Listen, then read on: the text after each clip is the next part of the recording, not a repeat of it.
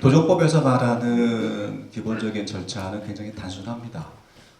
최초에 기본 계획이 있고, 그 다음에 정비 계획이 있고, 그 다음에 추진위원회 승인이 있고, 그 다음에 창립총회 거쳐서 조합 설립 인가가 나게 되겠죠. 조합 설립 인가가 나게 되면 그 다음에 각종 심의를 거쳐서 사업시행 계획 인가를 받게 되고요. 사업시행 계획이 확정이 되면 관리처분 계획을 통해서 분배 계획을 짜게 되고, 이후에 이주하고 철거하고 착공하고 이런 과정을 쭉 밟게 됩니다. 조합 설립 단계까지 가기 위해서 가장 필요한 단계는 사실상 구역 지정이죠. 정비계획 수립이라는 건데, 정비계획 수립의 이니셔티브가 원래 어디 있느냐? 예전 도정법에 따르게 되면 사실은 굉장히 단순화된 조문만 갖고 있었는데, 그때는 구역지정권자, 시도지사 쪽에서 구역지정한다, 정비계획 수립한다 이렇게만 되어 있었지만, 사실상 기본계획 수립을 그 다음에 정비계획 수립을 할 때 이니셔티브를 쥐고 뭔가 실무적인 일을 해야 되는 곳은 사실은 공공은 아니었어요.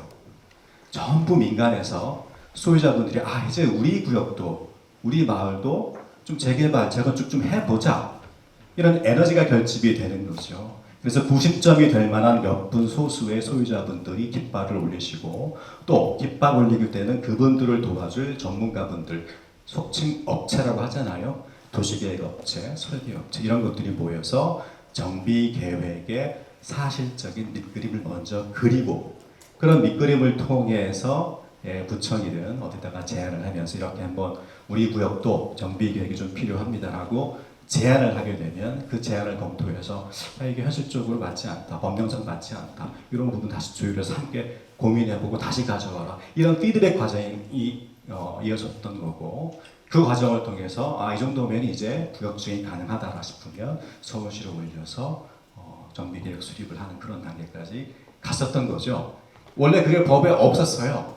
없었는데 이게 법의 사각지대로 계속 버려둘 것이 아니고 적극적으로 정비계획 관련해서 제한제도로 하는 거를 법제화시키고, 그래서 제한 신청을 하게 되고 제한을 받아들여서 다시 정비계획 신청을 할, 이런 구체적인 내용 자체를 도정법 개정을 통해서 받아들이게 됐습니다. 그렇게 주민분들께서 여전히 구역지정권자나 제한권자는 공공이지만 사실상의 계획의 내용 자체에 대한 니즈는 여러분들께서 충족을 하고, 물론 업체들 도움을 받습니다만 그런 과정을 거쳐서 공공이 조율을 하게 되고 정비계획을 수립하게 되는 거고, 정비계획을 수립하게 되면 그때부터는 사업 시행을 준비하는 주민분들의 단체가 탄생하게 되는 겁니다. 그래서 구역지정 이후에 바로 뭘 하시게 되냐면 여러 가지 동의서를 증부하셔서 전체 조합원, 전체 토지등록소유적 과반수 동의서를 증부하게 되면 추진위원회 승인이라는 걸 신청하게 되고, 추진위원회 승인 받게 되면 그때부터는 조합이라는 사업 시행자를 만들기 위한 사전적 의미의 법적 단체가 성립하게 되는 겁니다. 그러니까 추진위원회가 승인을 받아서 조합 설립을 위한 행위를 하는 유일한 단체, 법적 단체로 인정받게 되면 그 추진위원회가 뭐를 하게 되느냐? 조합 설립에 필요한 사전적인 업무를 담당할 수 있게 되는 거잖아요. 뭘 하게 되냐면 조합 설립 동의서라는 걸 먼저 준비를 해야 되는 거예요. 조합 설립 동의서라는 게 이게 뭐냐? 내용이 법정화되어 있습니다. 예전에는 조합 설립 동의라고 부르지 않았죠. 옛날에는 무슨 재건축 결의 이렇게 많이 불렀을 거예요. 어쨌든 간에 정비사업이 재개발이든 재건축이든 주민분들의 의사가 결집이 돼야 가능한 사업이기 때문에 조합 설립 동의서를 통해서 주민분들의 의사를 확인하는 겁니다. 정말로 진지하게 우리가 민간에서 요청을 해서, 공공 입장입니다. 이현 구역에서 이 구역에 정비사업을 한번 할 수 있는 토대를 하는 판을 깔아달라고 해서 판을 깔아줬는데, 정말로 당신네들이 진지하게 정비사업, 재개발, 재건축 사업을 자기의 돈을 투자해서, 자기 갖고 있는 부동산을 투자해서 사업을 정말 시행할 진지한 의사가 있냐? 네. 이 슬라이드를 넘겨야 되는데 제가 보통 슬라이드 보고 잘 강의를 안 해서 제가 필요할 때 한번 넘겨보겠습니다. 이거 슬라이드를 보시는 것도 어떻게 중요하신데 오늘 1시간밖에 안 되거든요. 제가 1시간으로 도저히 제 재주로는 슬라이드에 담아 있는 모든 내용을 다 강의를 드릴 수는 없어요. 그래서 제가 편하게 하고 싶은 말씀을 드릴 테니까 편한 마음으로 들어주시고요. 그 슬라이드 내용, 강의한 내용 자체는 한번 돌아가셔서 이 친구가 이런 내용을 더 말을 하고 싶었구나 편하게 읽어보시면 되겠습니다. 그래서 조합 설립 동의서를 진구를 해야 결정적으로 75% 조합 설립에 필요한 요건이 있지 않습니까? 75% 요건을 갖춰서 조합 설립 인가 신청하는데 동의서가 그냥 받는다고 받아들이는 게 아니잖아요. 동의서 내용이 반드시 담겨 있어야 될 내용들이 있는 거예요. 우리 정비구역에서 이 정도 사업 계획을 러프하게 짜고 이 정도 하려면 비용이 얼만큼 들고 이런 것들을 동의서 내용으로 담아서 최소한 이런 사업을 정말 추진하려면 이 정도 비용까지는 감수해야 되겠구나. 이 정도 분담금은 우리가 각오해야 되겠구나라는 거를 주민분들에게 알리셔야 돼요. 그게 뭐죠? 추정 분담금이라는 거잖아요.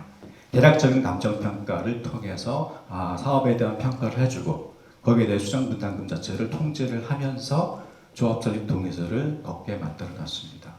조합 설립 동의서라는 것이 잘 거치지 않잖아요.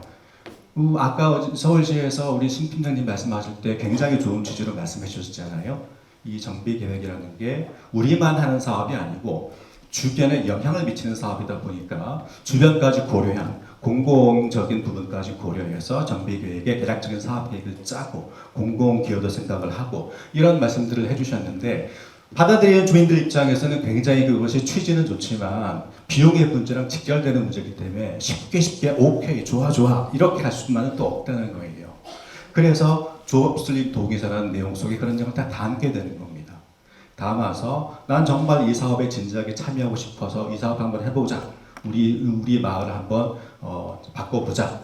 이렇게 결단하시는 분들은 조합 설립 동의서를 내게 되시는 거고 난 도저히 이 사업 계획으로 내가 이 돈 들여서 참여하기 어렵다 싶을 때는 조합 설립 동의서 내지 않으시는 분들이잖아요. 그래서 법적으로는 75%의 동의율만 갖추게 되면 사업 시행자인 조합을 설립할 수가 있게 되는 겁니다.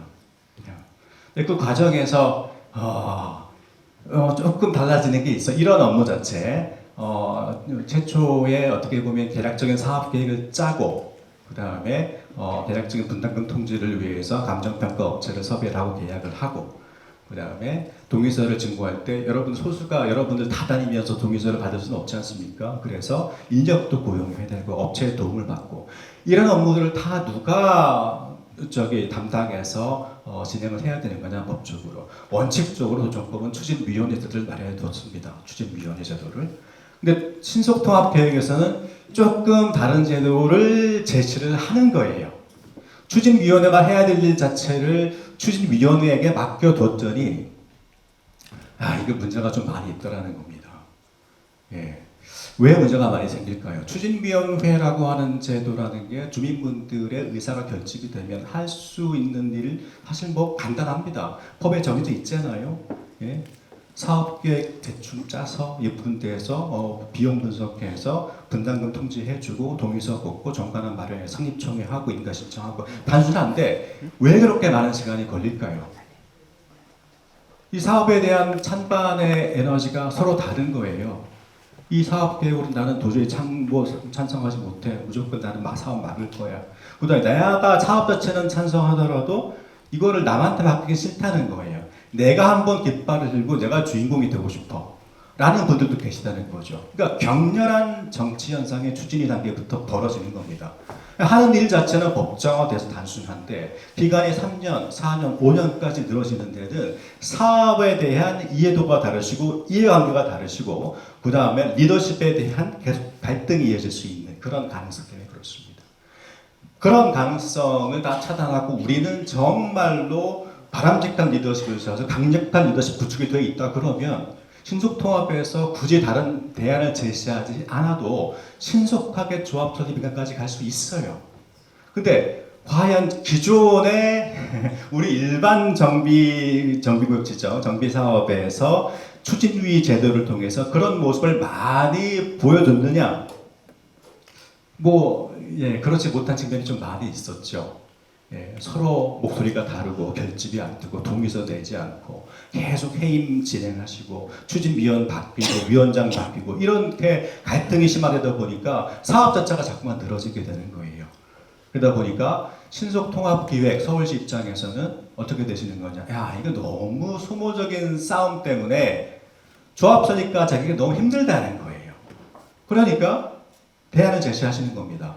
기존 추진위원회의 그런 문제점들이 노정이 돼 있으니 이걸 좀 바꿔보자. 주민분들만 합의될 때를 기다릴 게 아니고 뭔가 전문가가 참여해서 의사결정이 빨리 이루어질 수 있게 좀 제도를 좀 개선해보자. 이런 것들이 도정법에 반영이 돼서 조합 설립, 추진위를 거치지 않은 조합 직접 설립 제도를 도정법이 받아들여서 입법을 하게 되는 겁니다.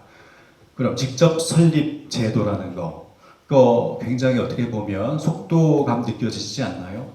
그렇죠? 추진위원회, 말썽 많은 추진위원회 이거 하지 않고 서울시의 전문가 초빙해서 주민협의체 위원장 초빙하시고 선임하시고 그 다음에 주민분들 의사도 들어야 되니까 주민분들의 대표격인 부위원장님을 선출을 통해서 또 이제 선임하시고 그 다음에 여러 가지 이제 그 주민협의체 위원분들은 공모를 통해서 모집하시면서 적당한 방법 선임하시는 걸로 알고 있습니다. 그렇게 해서 서울시와 전문가가 주도하게 되는 조합 설립을 위한 그 법적인 단체가 훨씬 더 합리적인 의사결정을 빠르게 진행할 수도 있는 그런 가능성, 대안이 될 수 있다고 지금 말씀을 드리는 거죠. 이거를 받아들였을 때 기존의 추진위원회를 운영하고 계시던 분들께서 반발을 굉장히 많이 하셨어요. 야, 우리는 뭐냐 그러냐. 주민분들, 정비구역 지정 단계에서 그러니까 추진위 승인 이전부터 우리가 주민분들의 의사를 전집하기 위해서 사업을 이해하기 위해서 이만큼 노력을 기울여서 거의 우리가 사업의 중심처럼 이제 여겨졌는데 난데없이 조합 직접 설립 제도를 통해서 추진위원회를 패싱한다고 생각하시는 거예요. 이러면 그분들은 내가 이 사업의 구심점이 되고 싶어서 한번 해보려고 그동안 그렇게 어떻게 보면 봉사하는 심정으로 전 단계의 업무, 구역 지정을 위한 업무 자체와 이거를 위해서 업체와 협력하고 업체를 초빙하고 업체를 끌어들여서 계약을 하고 업무를 추진했는데 정작 추진위원회 제도를 패싱하게 되면 그동안 내가 들였던 공자체는 무의로 가는 거다 이렇게 생각할 수도 있잖아요. 그렇죠? 그래서 이 부분 자체에 대한 개인적인 어떻게 보면 아쉬움 그런 것을 토로하실 수는 있어요. 그런데 신통기획의 취지를 보게 되면 그런 개인적 아쉬움 조금 접어두셔도 되지 않나 싶다는 거예요. 어차피 정비 사업이라는 게 장기간이 소요되는 사업이지 않습니까? 추진비 단계에서 모든 게 또 안결되는 것도 아니에요. 겨우 사업 시행자 지위를 만들기 위한 준비 작업을 하는 겁니다. 사업 시행자가 성립이 조합 설립이 인가를 통해서 조합이 성립을 하게 되면 그 다음부터 본격적 사업이 진행되는 거예요. 그래서 가급적이면 어차피 신통기획을 신청하셔서 신통기획 쪽으로 사업을 추진하기로 마음을 잡수셨다면 공공이 주도하는 초기 단계의 이 상황에 대해서는 받아들이시는 게 오히려 맞지 않을까 싶은 생각이 드는 겁니다. 아마 이렇게 말씀하시면 저를 알고 계시던 기존 추진위원장님이나 준비위원장님께서를 많이 이제 원망하실 수도 있습니다. 저한테 이제 강의를 한다고 하니까 몇몇 분 전화하셔서 조합 직접 설립 제도 갖고 있는 그런 기본적인 문제점, 그다음에 부작용 이런 것들에 대해서 좀 강조해달라는 그런 개인적 부탁도 좀 하셨어요. 그분들이 말씀하시는 우려도 있죠. 본인이 소외되는 그런 개인적인 소외 말고도 뭐가 있을까요? 공공에게 너무 처음부터 키를 준다는 거예요. 그렇죠? 공공에게 서울시가 선정하는 전문가가 위원장이 되고, 그렇죠? 그 다음에 주민협의체 위원분들도 주민분들이 뽑으시는 게 사실 아니잖아요. 그렇죠? 공공지원자인 서울시에서 선임하는 절차 형식을 취하게 되는 걸로 알고 있습니다. 그러다 보니까 어차피 정비 사업을 하고 조합 설립이 되고 나중에 건축 심의 단계 넘어가게 되면 공공과 끊임없이 부딪히지 않습니까? 우리는 더 많은 용적률, 그렇죠? 더 사업성에 보탬이 될 만한 계획을 원하는 거고 서울시는 그걸 자꾸 억누르시는 거잖아요. 사업성만 생각하게 되면 서울시의 전체적인 도시계획 자체가 뭔가 좀 기형적으로 바뀌기도 하고 바람직하지 않다고 생각하시는 거죠. 시각이 다른 거예요. 조합 사업에 참여하시는 소유자분들, 조합원분들은 사업성이 가장 앞에 있습니다. 어떻게 하면 내가 분담금 덜 들이고 우리 단지 가치를 높여서 시장에 내놓고 훌륭한 상품을 만들어내서 우리가 좋은 주거 환경 속에서 경제적 이익도 누리면서 살아갈 수 있을까? 이런 사적인 욕구, 사업성 이런 것들이 가장 중요한 마음속에 사업 참여 그 유인으로 자리 잡고 있는데 그게 바람직하냐라고 하는 차원에서 한번 생각해 보게 되면 서울시 인허가청 입장에서는 그거를 그대로 다 수용할 수 없다는 거예요.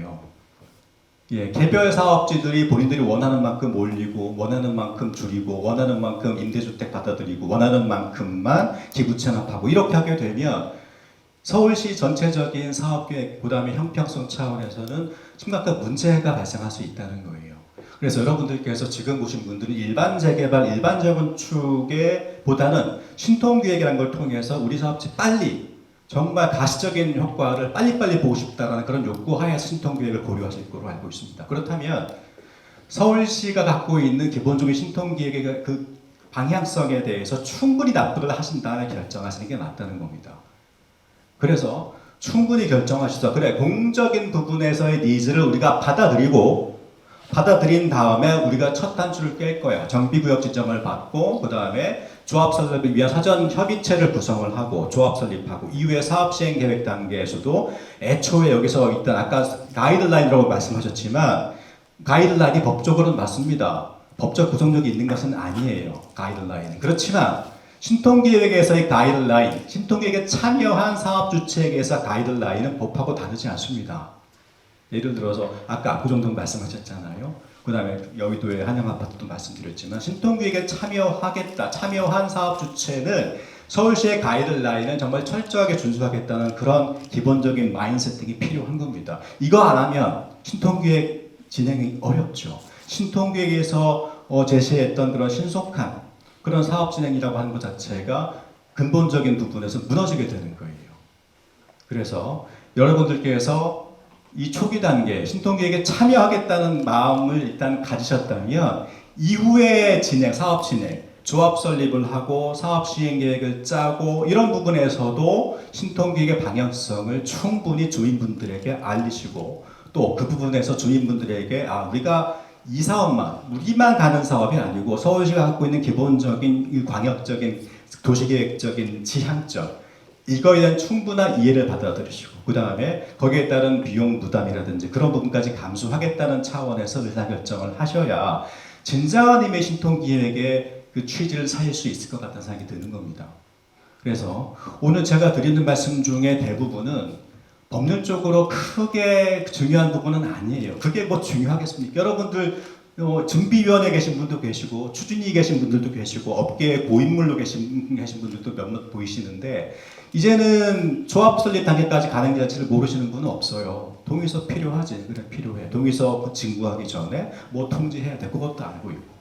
그 다음에 동의서 창립총회 할 때 뭐 어떤 사항을 안건으로 해 창립총회를 개최해야 되는지 그것도 알고 계실 거고 동의 수료가 돼야 안 돼. 그것도 이미 다 알고 계실 거 아니겠습니까? 그런 부분들은 법적인 부분의 질의는 아까 나중에 강의 마친 다음에 몇 분 질의를 통해서 말씀을 드릴 테니까 지금 제가 드리고 싶은 말씀은 서울시의 신통기획의 취지를 저도 오늘 사실은 처음 들었습니다.